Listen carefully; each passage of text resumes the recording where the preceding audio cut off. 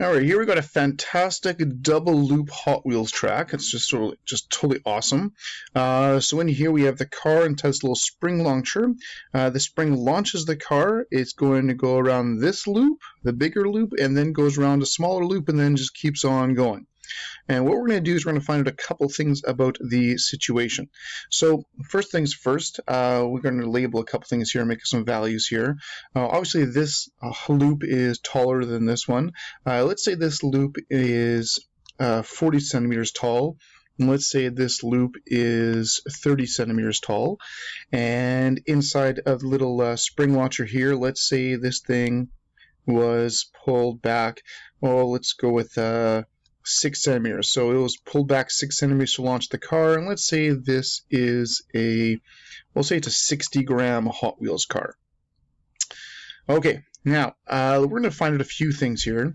Now the car is going to come along, get shot out, goes around here, and then around this one. Now obviously between the two loops, the harder one to go around would be the bigger one because it's taller. So let's say this big loop, it actually goes around with the minimum speed possible to actually make it around.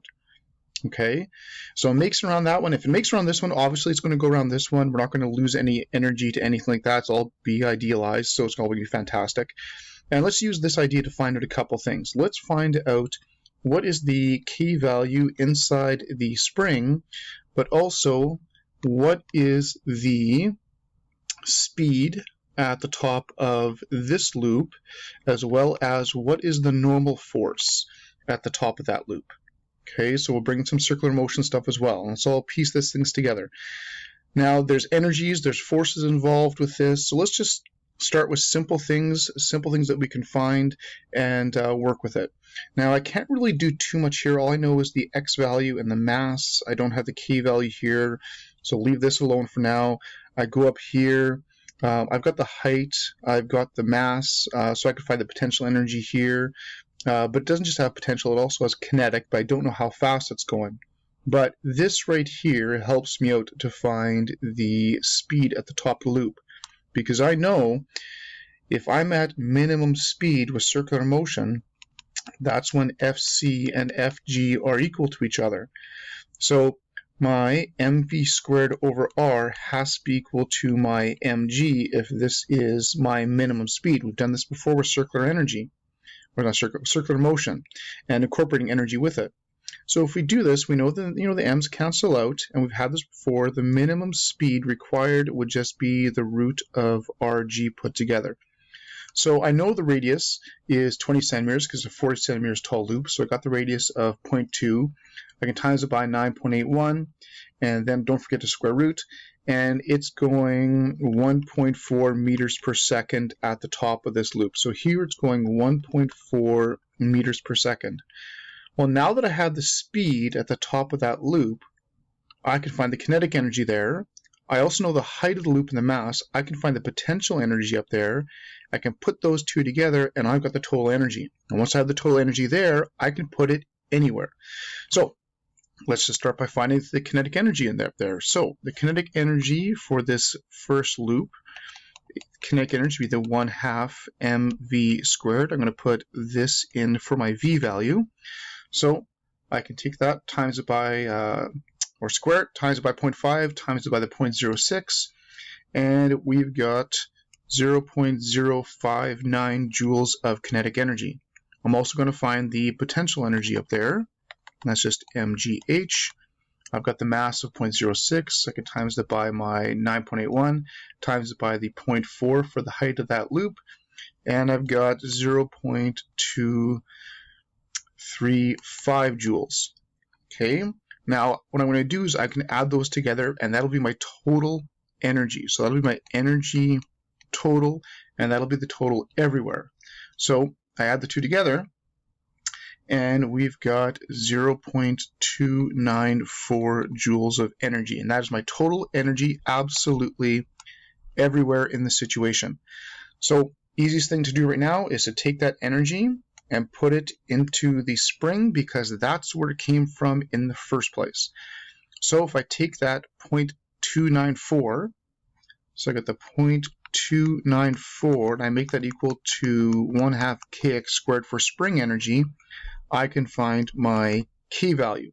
So I take that, I can times that by 2, and I can divide that by my compression, which is the 0.06, don't forget to square it, and I've got a k value of around 164 newtons per meter, and that is the k value for my spring. All right, so that's all taken care of. Now I need to look at what's happening with my second loop. I'm going to find the speed of the top as well as the normal force. Now I know the speed of the top of this loop was 1.4. This one will not be 1.4. Okay, it should be a little bit faster because it's a little bit lower. So let's see what we can do here. Now I do know that the total energy never ever changes, so we can work with that. Okay, so I'm going to look at my second loop. This was loop number 1. So now I'm going to start looking at loop number 2. So for loop number 2, I know its potential energy is going to be mgh, and the height will be the 30 centimeters. So I've got the 0.06, I can times that by 9.81, I can times that by the 0.3 for the height, and I got a potential energy of 0.177 joules. So obviously a little bit less than the potential energy of the taller loop. Now I know my total energy has to add up to the 294. I've got 177. So what I can do is I can subtract the 2 to find out how much kinetic energy there is. So the difference between the two is 0.117 joules, and that would be my kinetic energy. Okay, so the kinetic energy is higher than it was in the other loop, which makes sense because it should be going faster. So make that equal to 1/2 mv squared. I'll make that a little better, squared.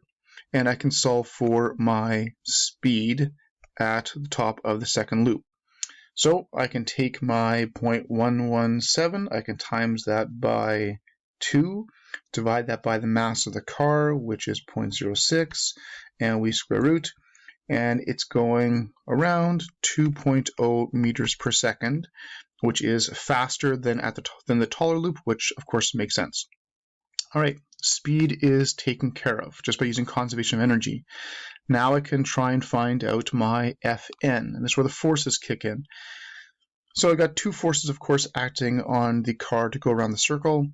Obviously, we have to find Fc. So going a circle, we can find the Fc, the mv squared over r. I know the mass of the car, that's the 60. I know the v, which is 2. I know the radius, which would be the 15 centimeters. Don't use the 30, make sure you use the 15. So I can take my speed, square it, times it by the 0.06 for the mass, divided by the radius of the loop, and we're looking at around 1.57 newtons for circular force.